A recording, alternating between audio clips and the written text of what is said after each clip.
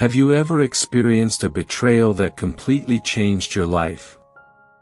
This story will touch your heart and show you that no matter how deep the pain, there's always light at the end of the tunnel. Keep reading and discover how one woman found the strength to rebuild her life after losing everything. Maria always believed in true love. At 28, married for 5 years to Ricardo, she had built a life that seemed perfect in everyone's eyes. A cozy suburban home, a marriage that everyone envied, and shared dreams of starting a family. She worked as a teacher at a local school while Ricardo managed a small consulting company they had built together with their savings. For years, Maria devoted herself entirely to the relationship. She took care of the house, supported her husband's professional projects, and always put his needs above her own. When Ricardo said he needed to travel more to expand the business, she understood. When he started coming home late, she would prepare dinner and wait patiently. When he seemed distant, she attributed it to work stress. The signs were there, but Maria chose not to see them. The whispered phone calls he took in another room, the new clothes that appeared in his wardrobe, the way he avoided her gaze during conversations. She had convinced herself these were just products of her imagination, that their love was too strong to be shaken by anything. The truth came to light in a cruel and unexpected way. On a Thursday afternoon, Maria decided to surprise Ricardo by bringing lunch to his office. When she arrived, she found the door locked and familiar voices coming from inside. Her heart raced when she recognized Carla's laughter, her best friend since adolescence, mixed with her husband's deep voice. Maria's world crumbled at that moment. It wasn't just the intimate words she heard through the door, but the realization that the two people she trusted most had betrayed her in the most painful way possible. Ricardo wasn't just having an affair, he was having an affair with the person who knew all her secrets, all her vulnerabilities.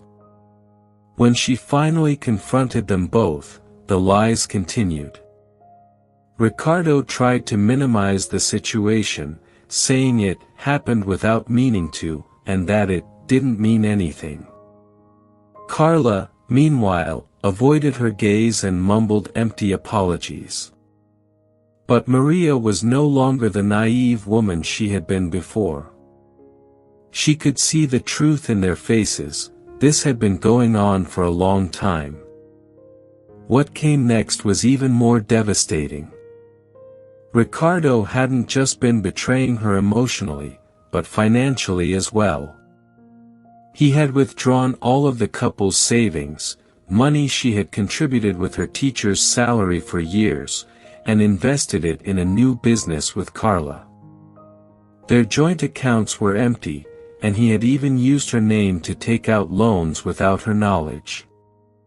Maria found herself without money, without a home, which was in Ricardo's name, without a best friend, and with a destroyed marriage. In a matter of days, she had lost everything she had built over years. The feeling of betrayal was so intense that she could barely get out of bed. Her parents, who lived in another city, offered help, but she felt too ashamed to accept it.